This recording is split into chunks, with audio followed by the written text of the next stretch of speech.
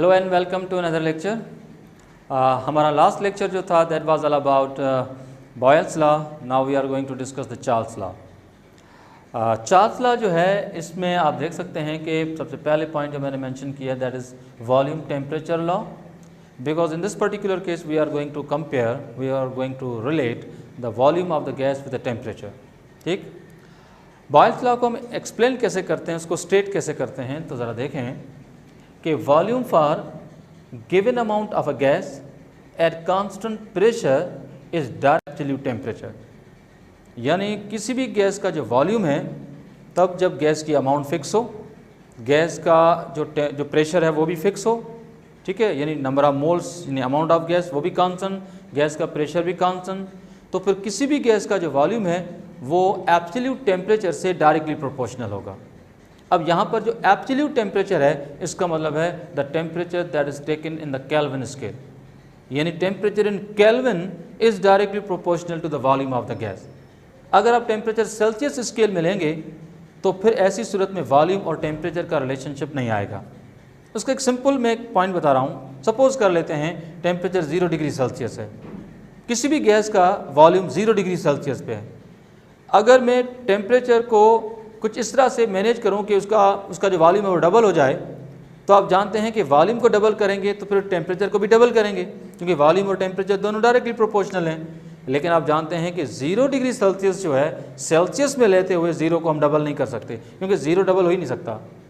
ठीक है, तो this is what I am trying to say कि चार्ल्स क्या कहता है, वो कहता है कि volume of the gas is directly proportional, but it is directly proportional to the किससे, एब्सोल्यूट टेम्परेचर से। और एब्सोल्यूट टेम्परेचर का मतलब है the temperature which is taken in Kelvin scale. ठीक है, चलते हैं आगे। अब जो मैथमेटिकल फॉर्म है इस स्टेटमेंट का वो यूं है कि भाई वॉल्यूम जो कि डायरेक्टली प्रोपोर्शनल है टेम्परेचर के, तब जब आप देख सकते हैं कि नंबर ऑफ मोल्स कांस्टेंट हैं और प्रेशर जो है ये दोनों फैक्टर क्या है, कांस्टेंट है। अगर हम प्रोपोर्शनलिटी को रिमूव करें तो we can write like V equals to KT, यहाँ पर K प्रोपोर्शनलिटी कांस्टेंट है, और फिर पूरी इक्वेशन को कांस्टेंट के इक्वल लिखें तो फिर आप जानते हैं कि K will be equal to V upon T। तो K जो कांस्टेंट है जो कि V अपॉन T है, तो V अपॉन T एक रेशो है जो कि वॉल्यूम का और टेम्परेचर का।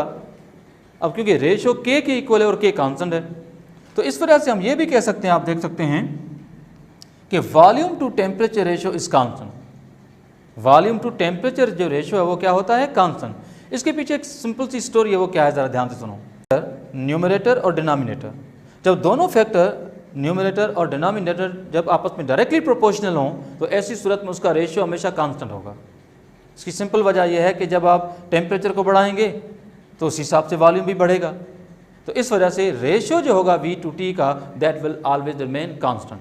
ठीक, वेल, तो क्योंकि हम जानते हैं कि रेशियो कांस्टेंट है तो चाहे वो रेशियो इनिशियल हो लाइकवाइज V1 अपॉन T1, चाहे रेशियो फाइनल हो, ठीक है, वो तो K के इक्वल होगा। तो अल्टीमेटली हम कह सकते हैं कि V1 upon T1 is equal to V2 upon T2। तो इसी फॉर्मूले को लेकर हम चार्ल्स लॉ से रिलेटेड जितने न्यूमेरिकल्स होंगे उसको हम सॉल्व करेंगे। तो ये हमारा टॉपिक नेक्स्ट होगा जिसमें हम इसके न्यूमेरिकल पे बात करेंगे। तो चलो अब डिस्कस कर लेते हैं कि चार्ल्स लॉ में जो वॉल्यूम और टेम्परेचर का जो रिलेशनशिप है उसको ग्राफ के थ्रू कैसे सीखें। तो मैंने यहाँ पर एक रफ स्केच डायग्राम बना लिया रिगार्डिंग टू द ग्राफ। तो आप देख सकते हैं कि यहाँ पर एक वाई एक्सिस पे आप देख सकते हैं कि और वॉल्यूम सपोज हमने लिया डेसीमीटर क्यूब में, ठीक है, और एक हमने लिया एक्स एक्सिस पे हमने लिया है टेम्परेचर फिलहाल हमने लिया है सेल्सियस स्केल में। आप देख सकते हैं टेम्परेचर मैंने जिस स्केल में लिया है वो कौन सी है, सेल्सियस स्केल। ये फर्ज कर लेते हैं कि टेम्परेचर जो केल्विन स्केल में होता है वो अभी हमें पता भी नहीं है, ठीक है, अभी केल्विन समझो कि जनरेट ही नहीं हुआ है, केल्विन पे हम बाद में बात करेंगे। वेल, तो अब एक बात और भी सुने कि ये जो पॉइंट ऑफ ओरिजिन है एक्स एक्सिस इस तरफ पॉजिटिव में है और एक्स एक्सिस का ये पोर्शन जो है या ये कोऑर्डिनेट जो ये नेगेटिव में है, यानी टेम्परेचर इस पॉइंट से इस तरफ आएगा तो वो प्लस में रहेगा और टेम्परेचर यहाँ से आगे जाएगा तो वो नेगेटिव में चला जाएगा। क्योंकि टेम्परेचर हमने सेल्सियस में लिया है तो सेल्सियस का टेम्परेचर पॉजिटिव में भी ले सकते हैं और उसकी वैल्यू नेगेटिव भी हो सकती है, जो भी पॉसिबल हो। हमें क्या करना है कि टेम्परेचर को इस वॉल्यूम के साथ रिलेट करना है। तो देखना है कि वाकई चार्ल्स सही कहता है कि टेम्परेचर के बढ़ाने से वॉल्यूम बढ़ेगा, लेकिन चार्ल्स ने यह भी तो कहा कि नंबर ऑफ मोल्स और प्रेशर दोनों क्या होने चाहिए, कांस्टेंट। तो चलो हमने अमाउंट ऑफ गैस को स्टैंडर्ड ले लिया 1 मोल और गैस का जो प्रेशर है वो भी हमने स्टैंडर्ड ले लिया 1 atm। तो 1 atm प्रेशर पे 1 मोल गैस 1 atm प्रेशर पे अगर हो और उसका टेम्परेचर सपोज टू बी इस जगह पे अगर 0 डिग्री सेल्सियस है, तो आप समझ गए होंगे कि 0 डिग्री सेल्सियस मतलब स्टैंडर्ड टेम्परेचर, 1 atm मतलब स्टैंडर्ड प्रेशर। तो स्टैंडर्ड टेम्परेचर और प्रेशर पे 1 मोल गैस कितना वॉल्यूम लेती है? 1 मोल गैस लेती है the volume 22.4 decimetre cube. Temperature भले 0 डिग्री सेल्सियस है पर वॉल्यूम 0 नहीं है। वॉल्यूम कितना होगा 1 मोल गैस के लिए? 22.4 डेसीमीटर क्यूब। तो ये वैल्यू जो है वो वैल्यू इस जगह पे सपोज टू बी ये वो जगह है जहाँ पर वॉल्यूम है 22.4 डेसीमीटर क्यूब। हमने देखा कि जब टेम्परेचर सेल्सियस का 0 है तो वॉल्यूम जो है वो 0 नहीं है। तो इसका इनडायरेक्ट मतलब क्या है? इसका इनडायरेक्ट मतलब है कि वॉल्यूम और टेम्परेचर सेल्सियस स्केल में होंगे तो आपस में डायरेक्टली प्रोपोर्शनल नहीं होंगे। प्रोपोर्शनल होते तो फिर टेम्परेचर 0 होता, तो फिर आप जानते हैं कि वॉल्यूम भी क्या होता? 0 होता। टेम्परेचर तो 0 डिग्री सेल्सियस है लेकिन वॉल्यूम यहाँ पर 0 नहीं है, तो टेम्परेचर सेल्सियस में और वॉल्यूम आपस में डायरेक्टली प्रोपोर्शनल नहीं है। ठीक, वेल तो चलो भाई अब आगे क्या करें? आगे सपोज मैं आपसे ये कहूँ कि टेम्परेचर 0 था, अब मैं टेम्परेचर को उसको ग्रेजुअली बढ़ा रहा हूँ। अगर मैं टेम्परेचर को बढ़ाता जाऊंगा तो आप जानते हैं कि वॉल्यूम जो है उसकी लाइन आहिस्ता आहिस्ता ऊपर जाएगी, मतलब टेम्परेचर के बढ़ाने से वॉल्यूम बढ़ेगा। नो डाउट टेम्परेचर के बढ़ाने से वॉल्यूम बढ़ रहा है, लेकिन प्रॉब्लम यह है कि जब टेम्परेचर 0 था तब वॉल्यूम 0 नहीं था, तभी हम कहते हैं कि वॉल्यूम और टेम्परेचर सेल्सियस का आपस में डायरेक्टली प्रोपोर्शनल नहीं है। ठीक, नंबर 1, अगर हम इस वॉल्यूम की लाइन को, ये जो वॉल्यूम की लाइन जो कि यहाँ पर 22.4 पे है, अगर इस वॉल्यूम की लाइन को आगे एक्स्ट्रापोलेट करें, अगर इसको आगे एक्सटेंड करें और ये वॉल्यूम की लाइन आगे चलती जाए और जाके एक्स एक्सिस को टच करे सपोज इस जगह पे, तो आप समझ गए होंगे कि वॉल्यूम जो है वो डिक्रीज होता गया। अल्टीमेटली जब वॉल्यूम की लाइन ने एक्स एक्सिस को टच किया तो यहाँ पर suppose to be, not in real but suppose to be, किसी भी गैस का वॉल्यूम सब वो हो गया है 0 डेसीमीटर क्यूब, क्योंकि वॉल्यूम की लाइन ने एक्स एक्सिस को टच किया तो यहाँ पर वॉल्यूम क्या हो गया? 0। नो डाउट यहाँ पर वॉल्यूम तो 0 हुआ है, लेकिन आप समझ गए होंगे कि अब टेम्परेचर जो है वो 0 से कम हो गया होगा। तो आप बताएं कि टेम्परेचर जो है वो इस जगह पे प्लस में रहेगा या माइनस में? डेफिनेटली माइनस में। टेम्परेचर की वैल्यू नेगेटिव में चली गई है। ठीक, तो हमने क्या देखा? हमने देखा कि जब वॉल्यूम 0 डेसीमीटर क्यूब सपोज हो जाता है तो उस जगह पे जो टेम्परेचर होता है वो टेम्परेचर होता है -273.15 डिग्री सेल्सियस, जिसको राउंड अबाउट हम सिर्फ -273 ही लिखते हैं। तो एक बार फिर एक नई बात आ गई। पहले क्या था? पहले जब टेम्परेचर 0 डिग्री सेल्सियस में था, यानी जब टेम्परेचर 0 था तब वॉल्यूम 0 नहीं था। अब हम क्या देख रहे हैं? अब हम ये देख रहे हैं कि जब वॉल्यूम 0 है तो टेम्परेचर 0 नहीं है। ये बात अब कतई साबित हो गई कि टेम्परेचर जो है अगर सेल्सियस में लिया गया तो वो वॉल्यूम के साथ डायरेक्टली प्रोपोर्शनल नहीं होगा। अब हमारे पास सिर्फ एक ही ऑप्शन है कि convert this temperature into the kelvin.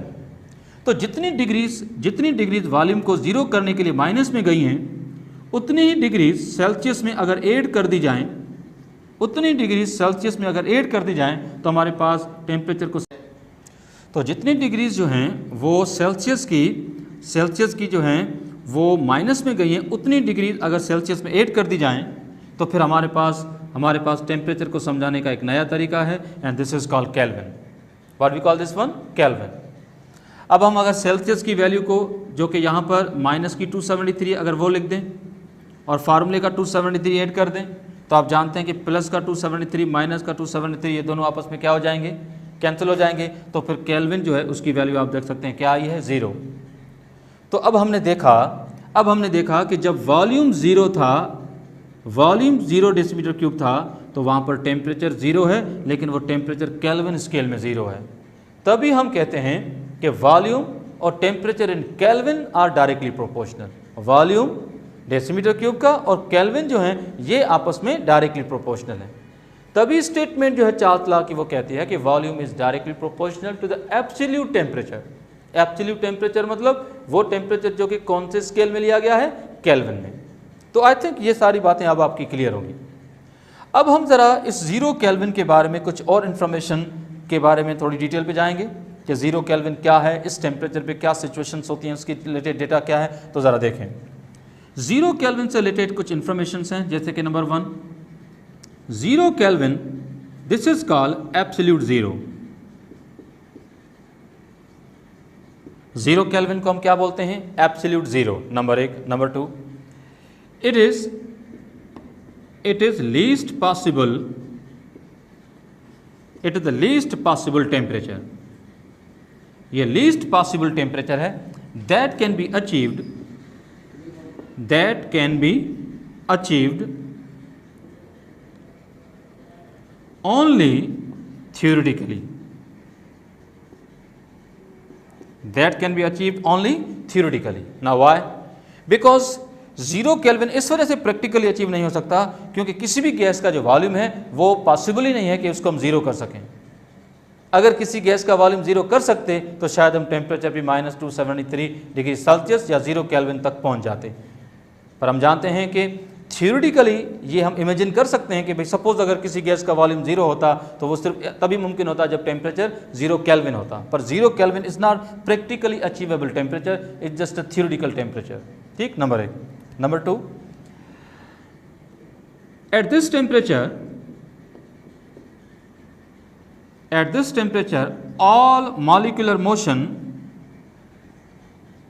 all molecular motions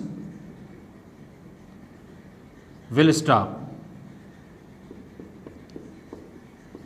ठीक है, ये वो टेम्परेचर है जहां पर सभी जो गैस मॉलिक्यूल्स हैं उनकी मॉलिक्यूलर मोशन स्टॉप हो जाएंगी, क्योंकि यहाँ पर जब टेम्परेचर 0 केल्विन हो गया है तो मॉलिक्यूलर मोशन स्टॉप हो जाएंगी। इस बात को समझने के लिए हम केल्विन को काइनेटिक एनर्जी के साथ रिलेट कर सकते हैं। आपने एक पॉइंट पढ़ी होगी, जैसे कि मैं एक पॉइंट यहाँ पर शो करूँ आपको। आपने पढ़ा होगा कि काइनेटिक एनर्जी जो होती है गैस मॉलिक्यूल की या किसी भी चीज़ की, वह डायरेक्टली प्रोपोर्शनल होती है एब्सोल्यूट टेम्परेचर के। ठीक है, काइनेटिक एनर्जी एब्सोल्यूट टेम्परेचर से डायरेक्टली प्रोपोर्शनल है। जब काइनेटिक एनर्जी एब्सोल्यूट टेम्परेचर से डायरेक्टली प्रोपोर्शनल है तो एब्सोल्यूट टेम्परेचर आप देख सकते हैं कि यहाँ पर 0 केल्विन हो गया है।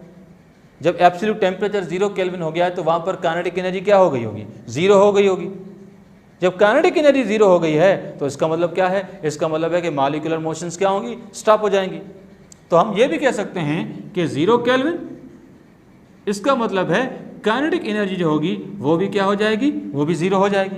जब 0 केल्विन है तो काइनेटिक एनर्जी भी क्या होगी? 0 होगी, क्योंकि वहां पर कोई भी मॉलिक्यूलर मोशन जो है पॉसिबल ही नहीं है। लेकिन याद रखें कि बिफोर 0 केल्विन all